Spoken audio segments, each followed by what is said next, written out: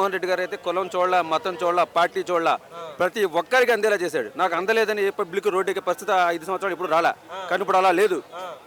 10 మంది లబ్ధిదారులుంటే ఇద్దరికే బెనిఫిట్ జరుగుతుంది. అది కూడా వాళ్ళకి కావాల్సిన వాళ్ళు జరుగుతుంది. వాళ్ళ పార్టీ లీడర్స్ వాళ్ళిద్దరిని చూపించేసి ఇలా మైకుల ముందు పెట్టేసి మొత్తం వచ్చేసిందని గాలి కొట్టుకుంటున్నారు.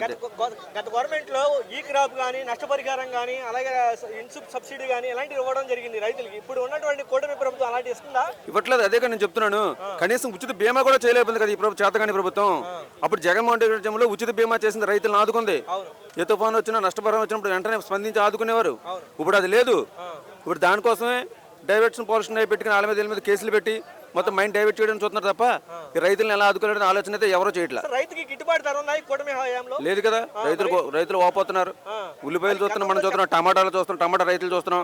ఏమీ లేవు. కానీ వాళ్ళు సినిమా టికెట్లు ప్రమోషన్ సినిమా టికెట్లు కూడా పెంచుకుంటున్నారు. సినిమా టికెట్లు పెంచుకుంటున్నారు వాళ్ళు తప్ప రైతులకి గిట్టుబాటు ధర పెంచట్లా. ఉల్లి రైతులు బాధపడుతున్నారు, టమాటా రైతులు బాధపడుతున్నారు, వరి రైతులు బాధపడుతున్నారు. టోటల్ గా వ్యవస్థ ఫుల్ ఫెయిలియర్. ఇవన్నీ కప్పిపుచ్చుకోవడానికే డైవర్షన్ పాలిటిక్స్ చేసి రోజుకొక విధ్వంసం సృష్టించి మనుషుల మైండ్ అంతా అటు మార్చేలా ప్రయత్నాలు చేస్తున్నారు.